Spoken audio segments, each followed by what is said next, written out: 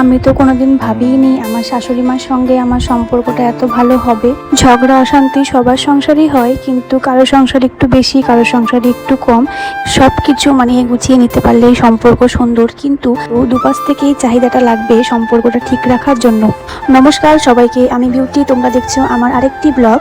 তোমরা আমার আগের ভিডিওতে অনেক অনেক ভালোবাসা দিয়েছো, তার জন্য অনেক অনেক ধন্যবাদ। আমি চাই তোমরা আমাকে অনেক ভালোবাসা দাও আরও। আজকে আমার 9 মাসের স্বাদ। দেখতে দেখতে কেমন করে 8টা মাস কেটে গেল বুঝতেই পারলাম না।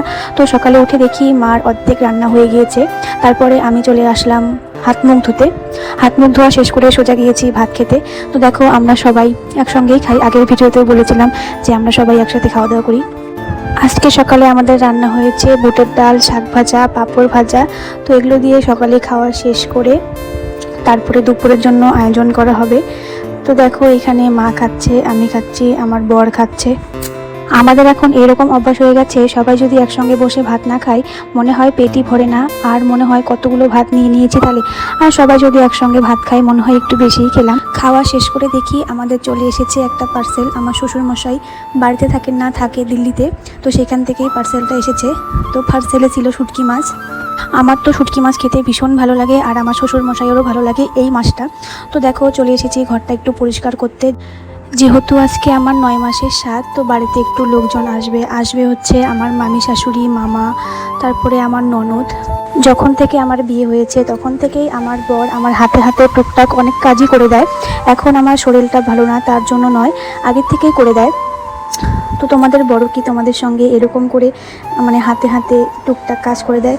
করলে অবশ্যই একটু কমেন্টে বলো। 7 মাসের স্বাদ যখন হয়েছিল তোমরা তো সকলেই দেখেছো ভিডিওগুলো, ফটোগুলো। 7 মাসের স্বাদেও তোমরা অনেক ভালোবাসা দিয়েছো, আর এটা হচ্ছে 9 মাসের স্বাদ। তো 9 মাসের স্বাদে সেরকম কোনো আয়োজন হবে না, আমার শাশুড়ি মা আর হচ্ছে আমার মামি শাশুড়ি মিলে আমাকে স্বাদটা দেবে।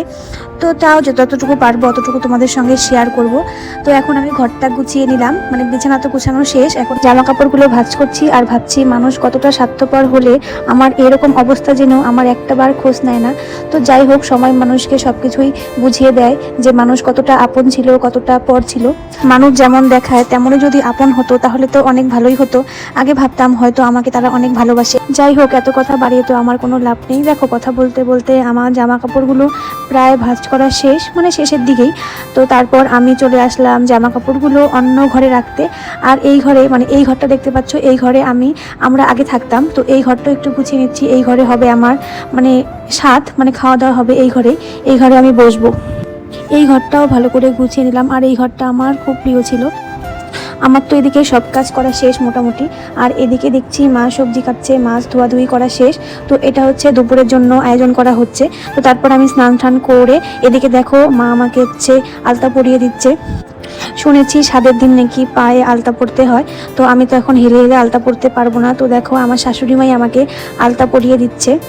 আমাকে যদি এই মানুষগুলো এত ভালোবাসতে পারে তো আমি তাদের সঙ্গে কেন খারাপ ব্যবহার করব? মানুষের কথা শুনে তো আমাদের সংসারে অশান্তি করে লাভ নেই। মানুষ আমাদের সংসারে অশান্তি লাগিয়ে দিয়ে মানুষ খুব মজা দেখে। তাই আমি চেষ্টা করব তাদেরকে ভালো রাখা। তারা যেমন আমাকে ভালো রেখেছে আমিও চাই তাদেরকে ভালো রাখার। আমি জানি না আমি কতটুকু পারি বা করতে পারবো, কিন্তু আমি চেষ্টা করব। তোমরা আমার ভিডিওতে অনেক অনেক ভালোবাসা দাও। আমার শাশুড়ি মার সঙ্গে যখন ভিডিও বানাই অনেক অনেক ভালোবাসা দাও, এমনকি সামনেও বলো। তো আমার শুনে অনেক অনেক ভালো লাগে। আজকে ভিডিওতে এত কথা বলে ফেলেছি যে তোমরা ভিডিওটা আর দেখবেই না। যাই হোক, আমি আগে ভাবতাম ভয়েস দিয়ে ভিডিও বানাবো, কেউ দেখবে কি দেখবে না। আর আমি সেরকম ভয়েস দিয়ে ভিডিও বানাতেও পারি না, কথা আমার খুব আটকে যায়। তো যাই হোক, তাও ভিডিওটি তোমরা দেখো। এই ভয়েসগুলো যে দিচ্ছি অনেক অনেক কষ্ট করে, কতবার যে কেটে কেটে দিচ্ছি তার কোনো হিসাব নেই। এখানে দুপুরে খাওয়া দাওয়ার জন্য সব আয়োজন করা হয়েছে, পিঠা, তারপরে মাছ, মাংস, সব কিছুই আয়োজন করা হয়েছে। তারপরে আমি হচ্ছি রেডি। তো আমি এখন পরবো আর একটা শাড়ি। তো দেখো আমাকে কেমন লাগছে অবশ্যই একটু কমেন্টে জানিও। আমি ভেবেছিলাম আর একটু অন্যরকমভাবে সাজগোজ করব, কিন্তু যাই হোক এটাও ভালো হয়েছে। হুট করে যেহেতু সব কিছু প্ল্যান হয়েছে। এখানে আমার খাবার দাবার সব রেডি করে দিয়েছে, পাঁপড় ভাজি, মাছ, মাংস, মাছের মাথা, 5 রকমের ভাজা, পিঠা, পায়েস। এইগুলো আমি এখন একাই খাবো। দেখো আমার শাশুড়ি মা আমাকে পিঠা খাইয়ে দিচ্ছে। আর এতগুলো খাবার তো আমি একা খেতে পারবোই না, তাও চেষ্টা করব কতটুকু পারি। আর এখনই খাওয়ার দিন, এখনই খেয়ে নেব, আর তো খেতে পারবো না কিছুদিন পরে, আর খাওয়াবেই না। যাই হোক, পরের ভিডিওগুলো আরেকটু চেষ্টা করব ভালো করার। তো ভিডিওটি ভালো লাগলে অবশ্যই একটু কমেন্ট করে দিও, আমার পাশে থেকো। বাই।